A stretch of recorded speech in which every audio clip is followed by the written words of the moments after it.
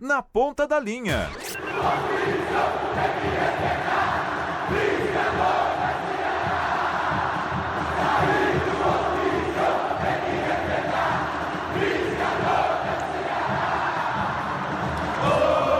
Alô, meu caro Lisca, seja bem-vindo. Boa tarde, Lisca. Boa tarde, Elia. Boa tarde para ti e teus ouvintes aí da Band. É um prazer estar falando contigo. E obrigado, né? Mais uma vez eu tenho que te agradecer pela essa lembrança que tu sempre bota no início do programa. Aí são momentos incríveis. E te parabenizar também, cara, que eu estava vendo a cobertura ali da Fórmula 1 e quando eu falar com ele, eu vou parabenizar ele. Mais um evento histórico, né, cara, que tu estava presente aí. Foi muito legal, viu? A Band acertou em cheio.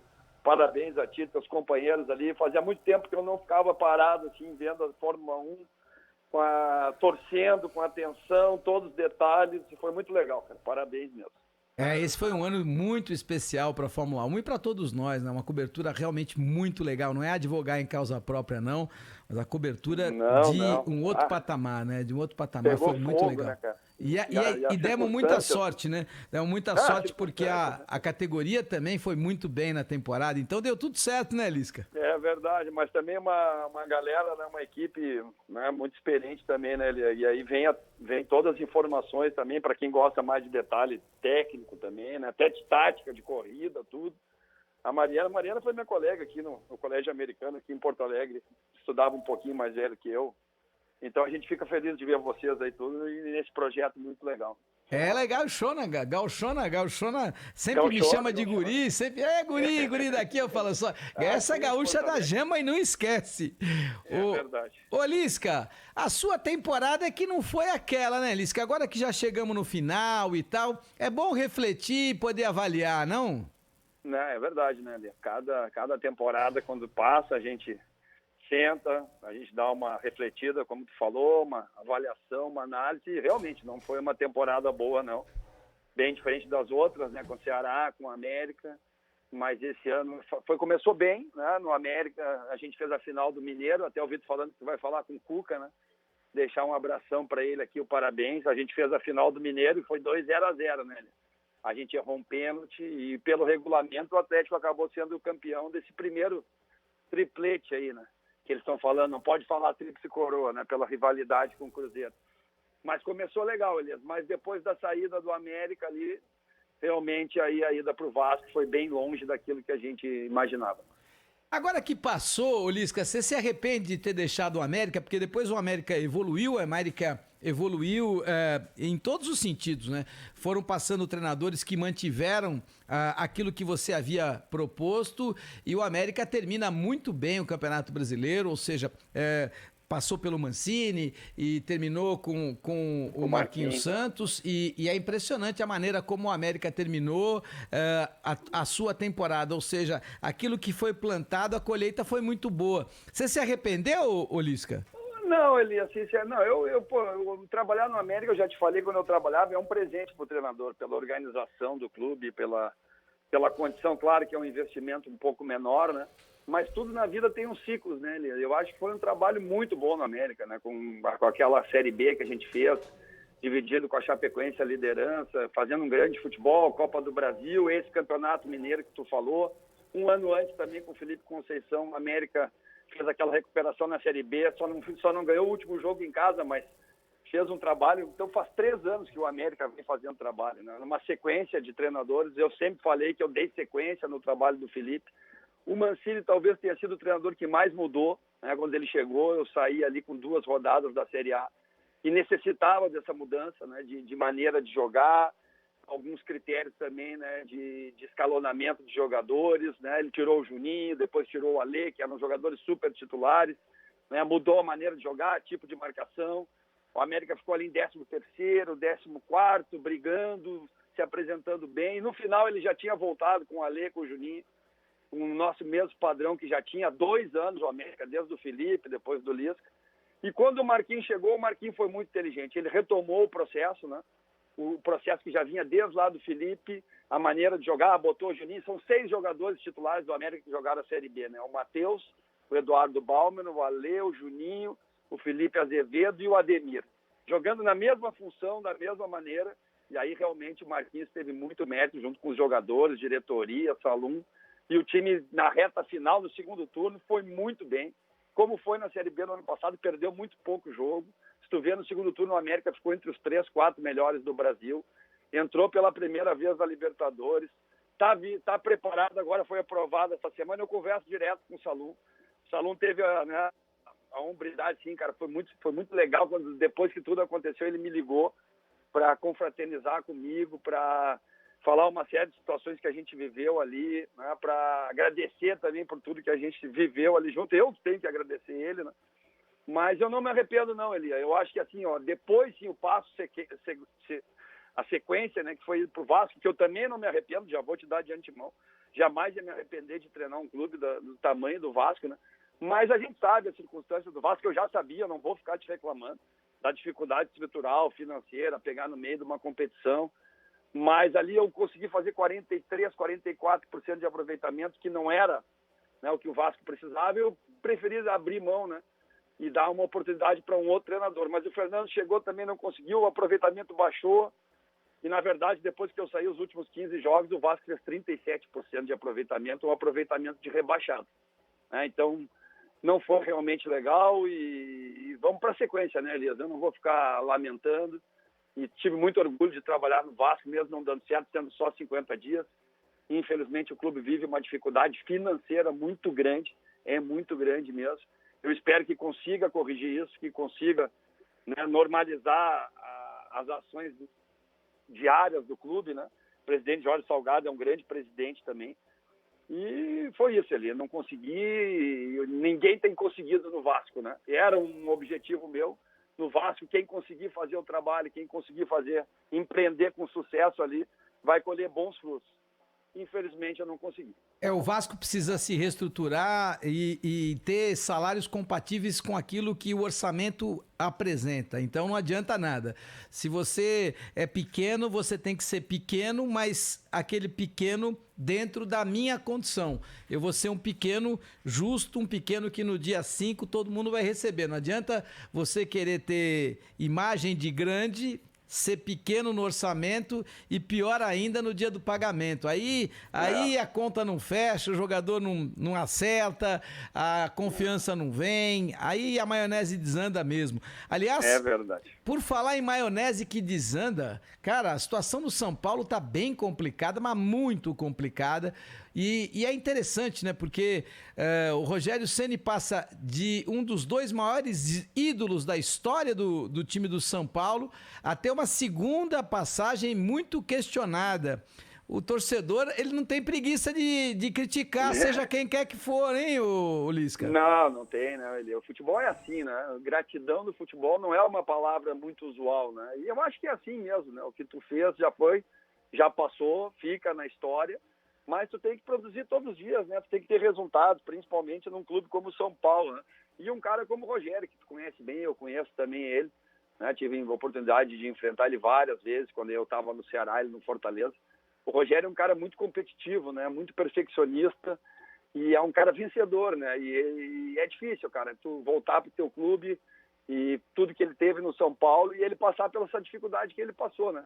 Mas eu acho que é isso, cara. O trabalho é esse, ele também foi contratado para isso, né? Ele tá aí agora junto com o Muricy, reagrupando forças com a diretoria do São Paulo, né? Teve essa questão agora aí dos áudios vazados do Muricy, né? Tem muito áudio vazando agora, né? Mas eu acho assim que ele está querendo, né, o melhor para o clube, ele está querendo botar a régua lá em cima, pensar grande, qualificar o grupo, né, que é necessário, né?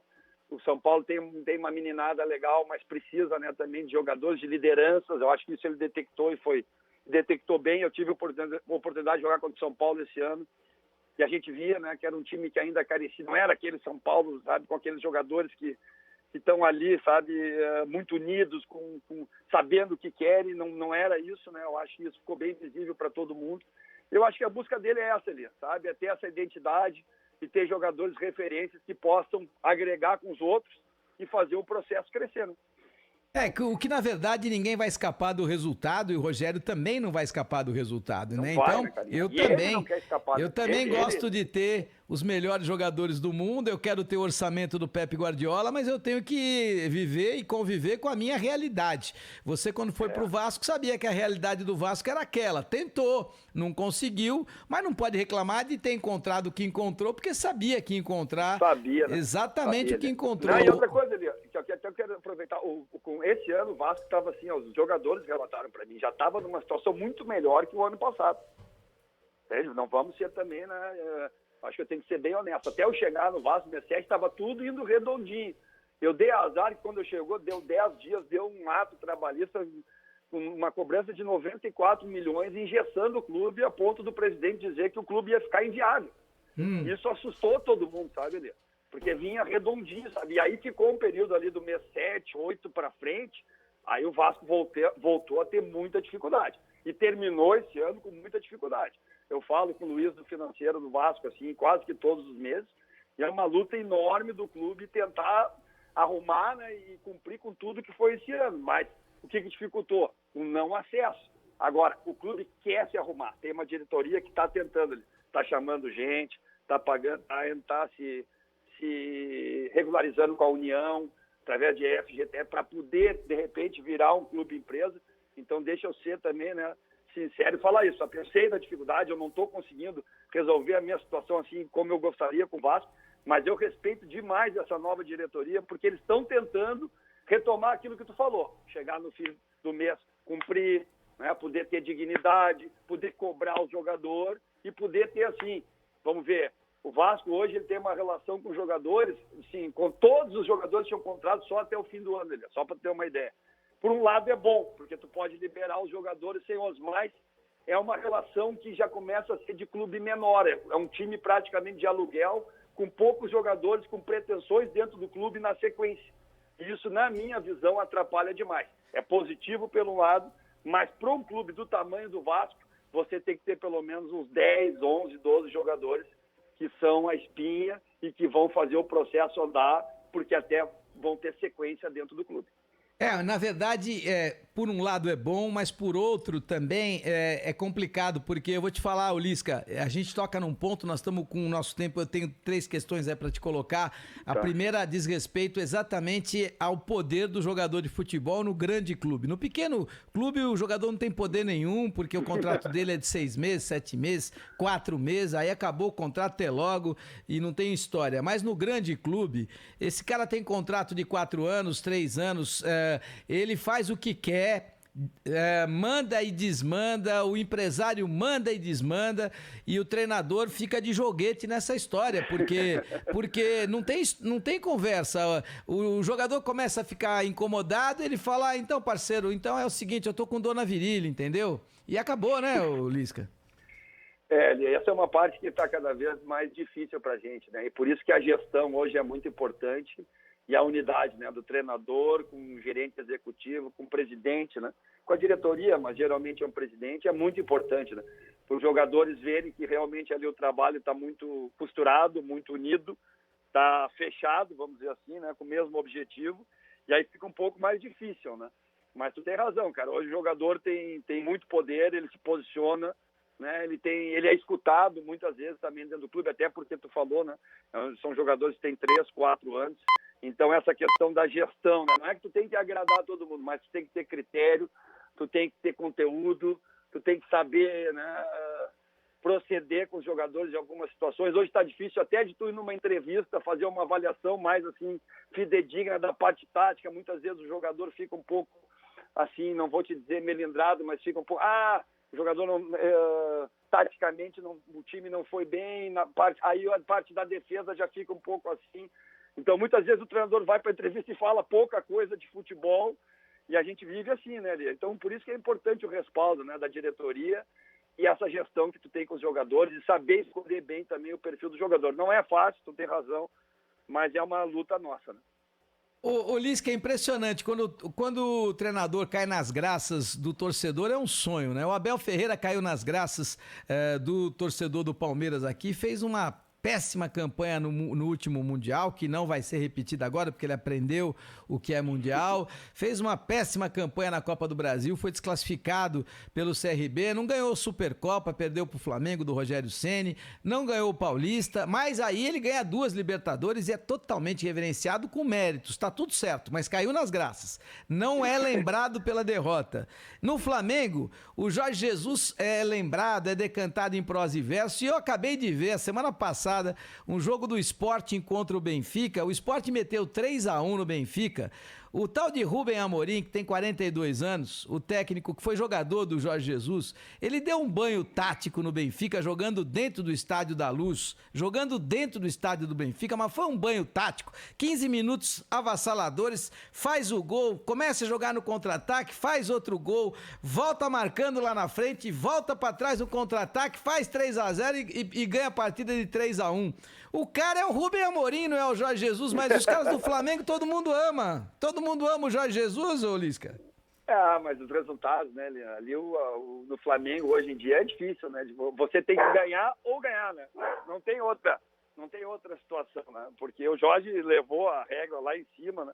E a gente vê o Rogério ganhando, o Renato agora foi vice, mas não tem, né, sustentação no Flamengo. Hoje o resultado é necessário, né? E o Abel, que tu falou, cara, eu tenho vi os jogos, vi as finais, né? E o que me chamou a atenção, os 2 campeões aí, né? Tanto o Palmeiras como o Atlético Paranaense, campeão da Libertadores, campeão da Sul-Americana, os 2 times jogaram com linha de 5, os 2 times jogaram muito mais marcando e depois contra-atacando, né? Então isso aí me chamou bastante atenção nesse momento decisivo. A estratégia defensiva pesou, sabe? E o Abel foi muito bem neutralizar, né, as jogadas, né, do Flamengo, e conseguiu neutralizar aquele lado direito e botou o Scarpa lá e fechou o centro e fez cobertura com o Mike, com o Gustavo aqui pelo lado direito para matar a jogada do Bruno. Então, realmente, como tu falou, ele teve muito mérito. Mas, até 3, 4 dias antes, ele estava quase que caindo, né, Eli? Não, aqui é o seguinte, né? Todo mundo vale tanto quanto o seu último resultado. Eu gosto muito do trabalho do Abel, mas eu não esqueço das derrotas, né? Eu acho que a gente tem que reverenciar as vitórias, tem que elogiar as vitórias, principalmente porque eu vivo de resultado, e eu acho que todos nós vivemos de resultado, mas eu não posso me esquecer das derrotas, até para que você não repita os erros, né? E no Flamengo agora, para ser técnico do Flamengo, tem que falar português de Portugal, então você não tem chance, hein, Lisca? Não, tô fora. Ou hablar castelhano, né? Aqui mais para baixo também, né, Elias? Mas eu acho que é isso aí, cara, sabe? O mercado está se abrindo cada vez mais. O futebol brasileiro está cada vez mais atraente também. O investimento é alto, né? A globalização ela é geral, não é só no futebol. E aqui o nosso futebol é muito atraente mesmo. E os profissionais têm vindo para cá. Para nós brasileiros é uma pena também, né? Porque a gente vai perdendo espaço. Antigamente não tinha muito isso, né, Eli? Então a gente tinha um pouco mais de espaço. Mas a gente vai ter que batalhar e mostrar dentro do campo que a gente tem condição de bater com eles, de ser melhor que eles para ter espaço de novo nesses tops ainda. Aqui no Atlético a gente tem visto o Cuca, né? Um treinador essencialmente brasileiro, simples, né? Mas que o time do Atlético terminou jogando muita bola, né? Ele ia com muita variação, né? Jogando ofensivamente quando precisava, transição quando precisava, muito bem fisicamente. Então o Cuca está nos representando muito bem aí também. Aliás, para mim, o Cuca é o melhor treinador do futebol brasileiro, melhor que o Abel Ferreira, melhor do que o Tite. É difícil discordar do Cuca, é difícil não entender o quão capacitado é o Cuca, não, Lisca? Muito. Eu tive o prazer, te falei, de fazer, e conversamos muito esse ano lá em BH, fizemos um evento na véspera da final, ficamos quase que 1 hora conversando, e o Cuca está muito maduro, né? É um cara que passou por muitas situações, né? E aprendeu muito durante a carreira. E aquilo que você me perguntou no início, eu acho que ele tem dado aula, né? Que é a gestão de jogadores, né? E o Atlético tem um super grupo com vários jogadores de renome e, obviamente, que alguns têm que ficar na reserva, né? E a gente vê os jogadores do Atlético entrando com tudo, um grupo muito fechado, muito unido. E além da qualidade técnica, tática, né? Que isso aí a gente tem visto, mas eu acho que nesse aspecto o Cuca foi mestre mais uma vez, né? Uma vez no Santos, numa circunstância totalmente diferente, numa outra gestão, um outro tipo de trabalho, e logo em seguida, num outro ano, tudo isso que a gente viu, né? E eu acho que ele está realmente, esse ano e no momento hoje, o Cuca é o nosso melhor treinador. Ô Lisca, só para terminar, já temos planos para 2022? Bom, eu sei que o seu plano é treinar o Real Madrid, mas como o Ancelotti está indo bem, quais são os seus planos pés no chão? Aliás, estamos aguardando, né, cara? O mercado começou a mexer agora mais forte, né? Algumas peculiaridades diferentes também esse ano, né? O futebol brasileiro, a gente vai vendo, vai vivendo. Esse ano, muitos clubes estão permanecendo com o treinador. A troca do futebol brasileiro, muitas vezes ela já não está sendo assim quando termina a temporada para iniciar a temporada. Muitos treinadores chegaram nas últimas 10, 15 rodadas do campeonato Série A, Série B, e mesmo não alcançando o objetivo, permaneceram. Te dou o exemplo do treinador do Sport, o Moringo. Não é o Moringo, me faltou, o Moringo é do Curitiba. O Gustavo, o Paraguai. Florentin. O Mancini aqui no Grêmio. Aqui no Sul foi tudo diferente, né? O Aguirre ganhou o Grenal, permaneceu, mas foi demitido. E o Mancini chegou depois, não conseguiu permanecer e vai dar sequência. Tá? Teve outro clube também, né? Que o treinador, o Bahia com o Guto, que também chegou, quase conseguiu, também permaneceu. Então agora que está começando, né? Mas aí o Cuiabá anunciou que o Jorginho não fica, aí você vê, o Cuiabá fica e o Jorginho não. O Jorginho não fica, então nós perdemos um pouco também, né, essa situação, né? Então eu não tô, cara, eu vou com calma agora, né? A minha margem de risco foi ali no Vasco, né? Eu sabia que era arriscado, eu sabia que era difícil e eu arrisquei. Agora eu vou aguardar um projeto um pouco mais, vamos dizer assim, estruturado e não tão arriscado, né? Apesar de que no futebol não tem, né? Ele sabe disso, que o risco é sempre constante, né? Então eu estou com calma aqui, aguardando. Começou a mexer algumas coisas.